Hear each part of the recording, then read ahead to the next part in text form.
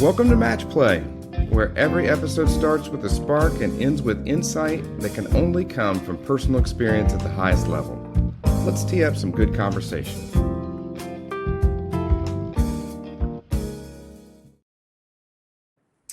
I'm Thad Miller, and welcome back to MATCHplay. Today's conversation is about building companies, scaling leadership, and knowing when to change seats. Our guest is my good friend Scott Kabbes, Executive Chairman, Board Member, Investor, and longtime operating partner at Bond Orthodontic Partners. Scott's career spans founding and selling a software company, EagleSoft, for any of you dentists out there that are listening, running large organizations inside global brands, and now serving at the board level across healthcare, dental, and e-commerce businesses. The story is about seeing the whole course, not just the next shot, and learning when to move from operator to owner, from builder to steward. Every episode in MATCHplay starts with a spark, a literal match strike. I've got matches here, Scott, and while the flame burns, I'm going to ask you a series of rapid-fire questions that you don't know. Okay. And when it goes out, it might burn me, but I got 4 quick ones for you. Okay, you ready? I'm ready. Here we go. What's the favorite golf club in your bag? 7-iron. 7-iron. Best Illinois high school mascot? Pekin Shinks. Not the Bleeding Hearts? No, not the Bleeding Hearts or the St. Anthony Bulldogs. The Pekin Shinks is actually a true story, and they got rid of it about 25 years ago. So, Best book you've ever read? probably Shoe Dog. Oh, yes. You know, he wasn't real happy with what my Indiana Hoosiers did with his Oregon Ducks twice this year. Well, I understand. Favorite PGA pro? Favorite PGA pro? Well, it's got to be Scotty Scheffler. I love his demeanor. He is cool as ice, for sure. Well, hey, Scott, thanks again for being here. Obviously, you've earned your way here. You founded EagleSoft, which is, still a staple in the dental industry, grew it into a meaningful software business, and ultimately sold it to Patterson. From there, you moved into executive leadership as president of Patterson Dental, then moved on to other jobs with Colgate-Palmolive, BPOC, PSI was prior to EagleSoft. So give me a bit of background on EagleSoft, and you actually had a vet business even before dental. So tell us a little bit about that, origin stories on those. Yeah, so I was in college, didn't know what I wanted to do. A guy was giving me a ride home and said, "Hey, I think you ought to get into computers." And I'm like, "Okay." So I declared that major. It was really with deep thought that I made that decision. And then I've heard of a gentleman who was building a veterinary software company, and I convinced him I could write it. We bought the second IBM PC ever sold in Columbus, Ohio, and starting writing software for veterinary practices. And so we did that from 82 to 89, and we sold it to Hill's Pet Products, which is Colgate-Palmolive. And that was PSI, correct? PSI, yeah, Professional Software Incorporated. Okay. And so, people ask, well, why did you leave that? You were able to run that business, and it was still growing wildly. It was the first or second largest US-based veterinary software company. And that I made the mistake, or made the positive decision, to buy 30 days of Tony Robbins, the big-toothed aspirational motivational speaker, for $169 for 30 cassettes. And I listened to that and quit my job and started EagleSoft. And you got in did you walk on coals or anything? Was that part of it? Did they send you coals to work on? Was that part of it or no? No, dude, I'm a wimp. All I did was listen to the tapes. So anyway, that's how EagleSoft got started. And obviously that's in the dental business, one of the favorite things we've done. And it was you and your brother and a couple others that started it?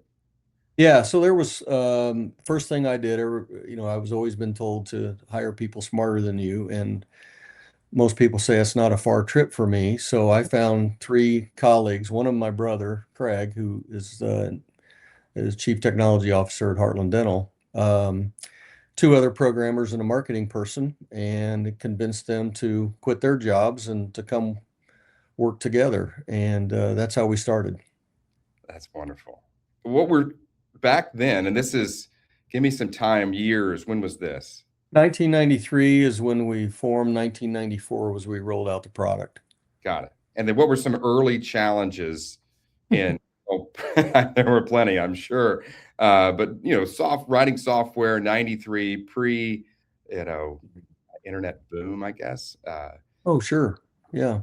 No, we actually, our claim to fame or our brand identity was we were the second Windows-based product. Everyone else was DOS-based or CP/M based or what have you. And so our goal was to be the simplest to use Windows-based dental practice management software, and we patterned it after Quicken, which is at the time the easiest. So Dentrix was the first Windows-based player. EagleSoft was the second base Windows player, and that's how we got started. So the challenge was really writing software for a new platform. Number one. Number two, we had about 9 months before we ran out of cash. So it wasn't like we could take 2 years to build it. We had to build it in 8 or 9 months.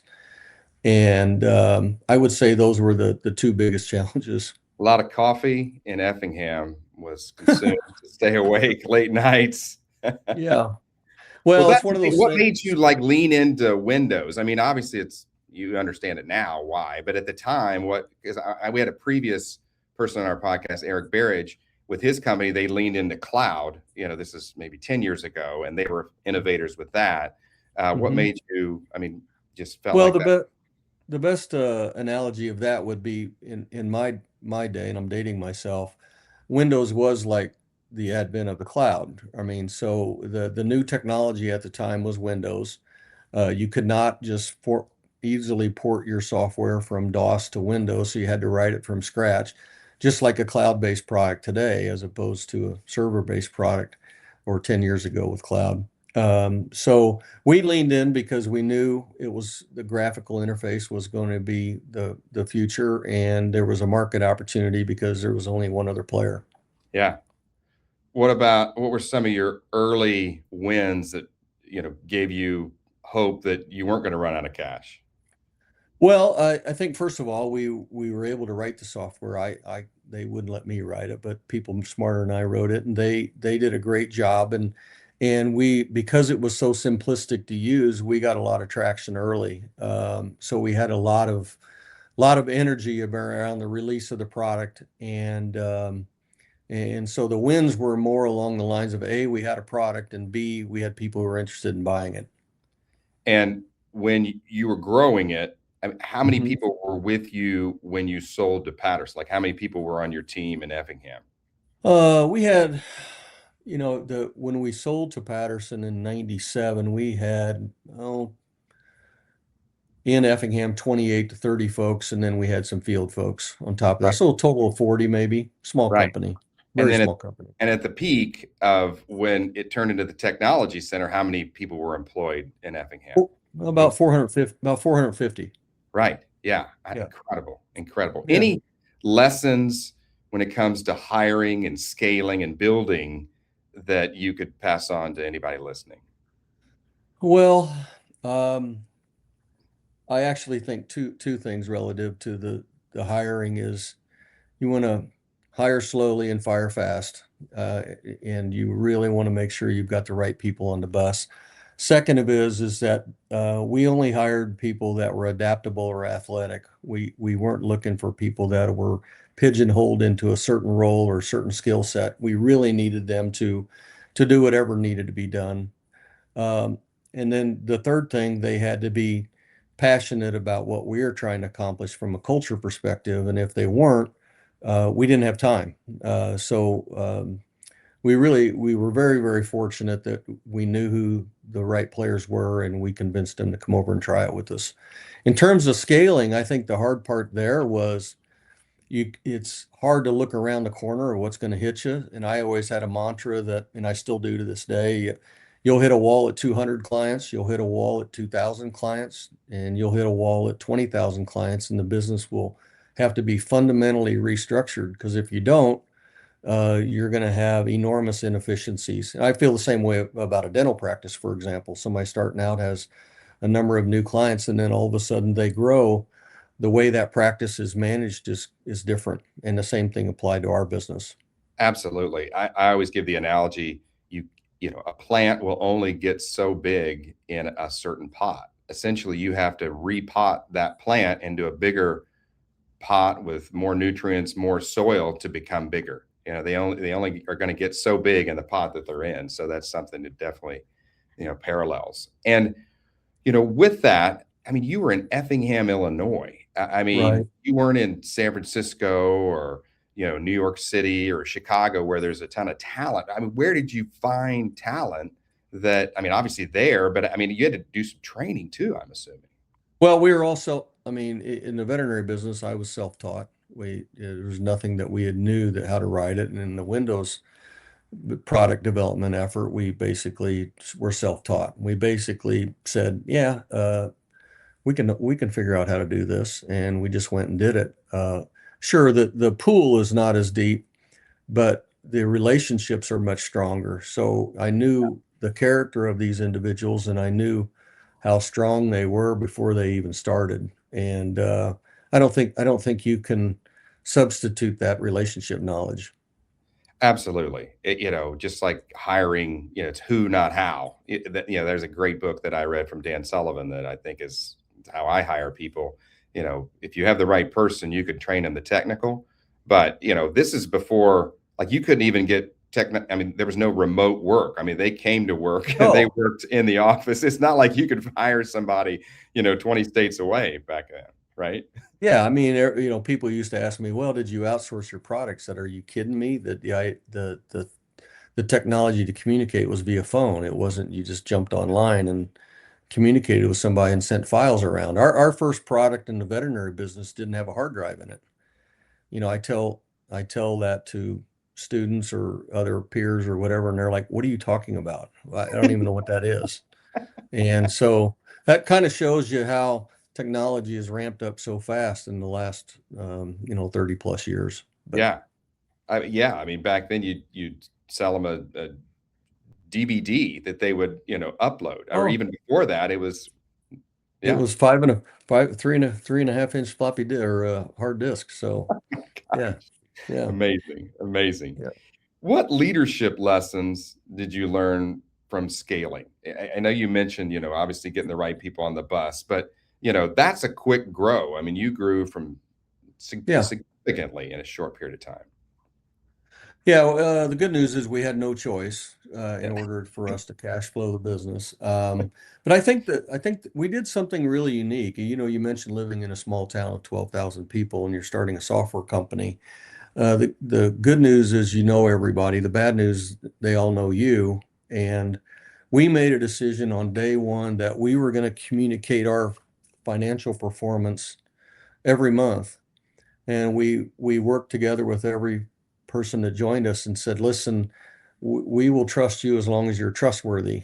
And we actually had a cash class every week at our company meeting saying, here's how we did, thumbs up or thumbs down. Did we put more cash in our pocket than we took out? Yes or no? And so we shared financial performance of the company and the key metrics with everybody, my entire tenure at EagleSoft and even at Patterson.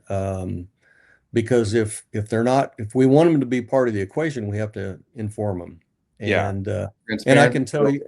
can tell you it. I told him, I said, listen, if I ever hear this in church or at the grocery store or the coffee shop, you won't work here anymore. And not once did that happen. Wow. Yeah. Transparency builds trust. And I think that's bold because you're the leader. You've put all this time in. Somebody new coming in be like, wow, Scott's making a lot of more money than I am. I should make Yeah. that because I'm working as many hours as he did. But obviously, it was actually your money out of your bank account that started it. Yeah. Right. Yeah. Yeah. No. Okay. So when did you feel it was time to sell EagleSoft? Well, I wasn't ready to sell it. It was on a real upswing. It was doing incredibly well. And then the market changed. And sometimes you have to sell just on market dynamics. And in our particular case, Shine had just bought Dentrix. And obviously Patterson, who I didn't know at the time, Patterson had to take a look and say, how are we going to counteract that? The largest dental distributor at the time is buying a Windows-based software company. And so Patterson was actually buying another company out of Maryland called SoftDent.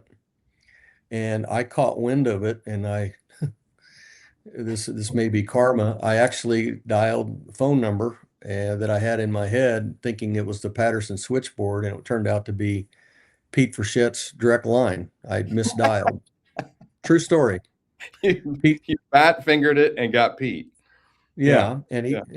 he picked up and said, I said, Pete, you don't know me. My name is Scott Kabbes. You're right, I don't know you. Name of my company is EagleSoft. You may have heard of it. No, I've never heard of it. And I said, well, I'll be brief. You're buying the wrong company. And if you are interested, just let me know. Well, it turns out that deal fell through, and a week later they called us, and 5 months later they owned the company. Wow, 5 months from phone call to done. Well, if you think about it, the business was pretty simple, Yeah. right? I mean, they come in to look at your inventory, and it's a file cabinet of diskettes. I mean, um, so no, that people ask all the time, why did you sell then? And we had a choice. We were either going to get bigger or go away, because Patterson at the time had 750 territory reps, and I had 5.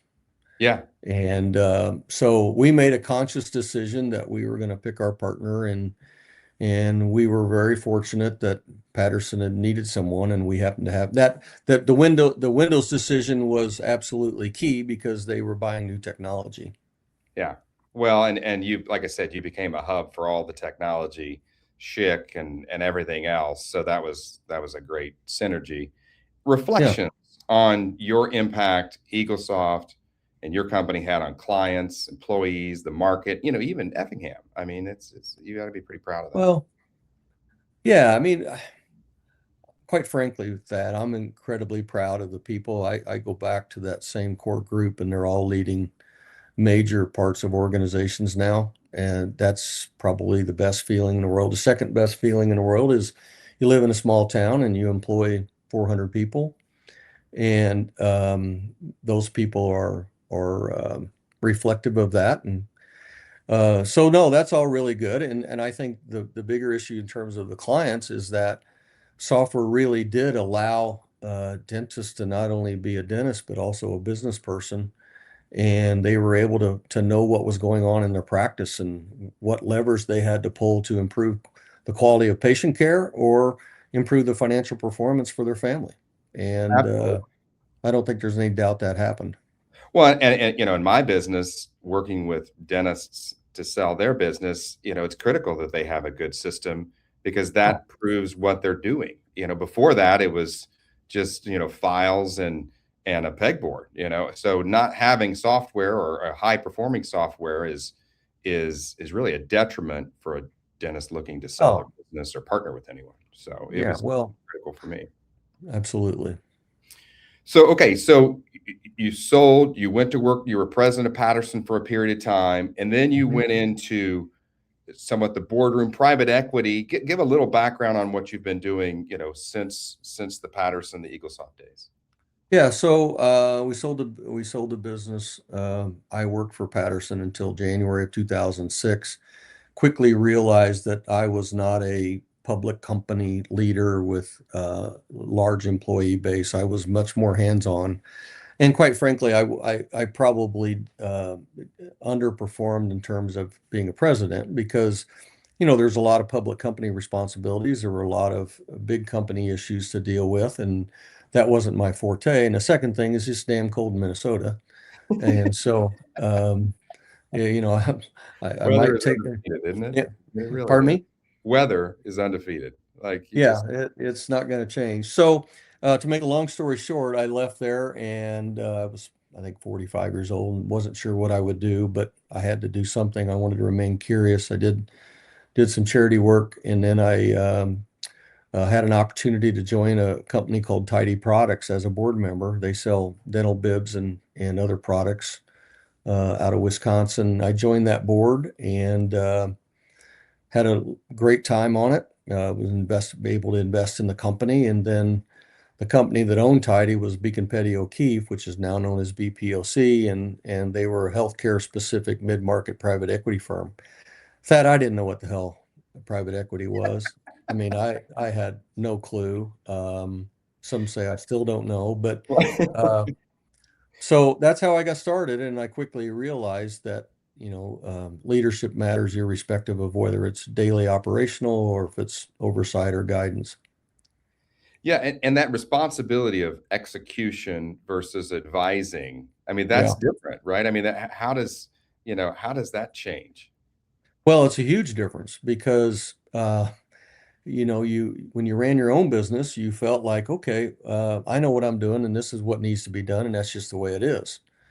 And when you're guiding or advising or being a board member, there's different personalities, there's different cultures, there's different means of doing things. And it was hard for me to realize, hey, you need to step back, and you don't know everything. And you certainly don't know what you don't know. So there was a learning curve for me because I saw a problem and wanted to dive into it. So the phrase I use all the time now is that, yeah, I had to go from being very specific to means to very specific to ends. And so everything that I try to do now is let's make sure that the ends are correct, and you guys will figure out the means. Okay, yeah. So is it harder to step back and let them do it versus when you were just in the fire? Well, it was at first, and then you realize, my God, I really didn't want to work that hard in the first place. So why would I do it again? I mean, I mean, I thought I sold for a reason, and so yeah. And the other side of it is you come to the realization that there is a significant amount of talent out there, and these people know how to do it better than I do. So Yeah. when I can help, I help, and when I can't, I stay the hell out of their way. Yeah. Okay, so final advice, if there's an entrepreneur wanting to sell, I mean, going back to, I mean, obviously you were a seller of a business. Now you're looking at businesses, you're engaged in businesses. What are some really good advice you could give somebody that maybe, 2 to 5 years away from selling? What would you tell? What would be the most important thing that you could tell them? Well, I fumbled into some success in that process by, when you're deep in the business every day and you think about selling it, on your worst day, you'll sell it for anything, right? And on your best day, you think it's worth too much. So I actually engaged a mentor who, I don't want to say he served as a broker, but served as a mentor in my discussions with Patterson. And that really, really worked well because he took all the emotion out of it, right? Number one. Number two is that if you fall in love with doing a deal, your business or your practice will actually decline. It's the old Pete Frechette line: if you got a wife and a fireplace, you watch one, the other goes out. And if in this particular case, you really have to make sure that in the process of selling your business, you don't lose value by focusing on that as opposed to the business in general. I think you have to have somebody advising you that takes the emotion out of it. That's number one. And number two, I think you got to keep your eye on the business. Yeah, that's great advice. Okay, lastly, what have you been working on with your golf game? Scott, you're a very good player, and Yeah. and we always are questioning how good we are. I understand that. Yeah.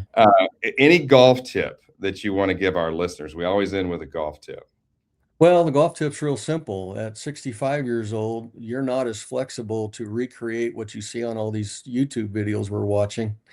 And so quit trying and simply go back to the tempo things that you can do it at our age or my age. So, I love the game. I actually love the game as much about the camaraderie off of the course as I do on the course. So absolutely, you meet some special people, and obviously I met you through golf and business, so I'm grateful. I'm grateful for your time, Scott, and thanks for everybody for tuning into Match Play, and we'll see you next round. Thanks, Scott. thank you, Thad. Take care. You got it.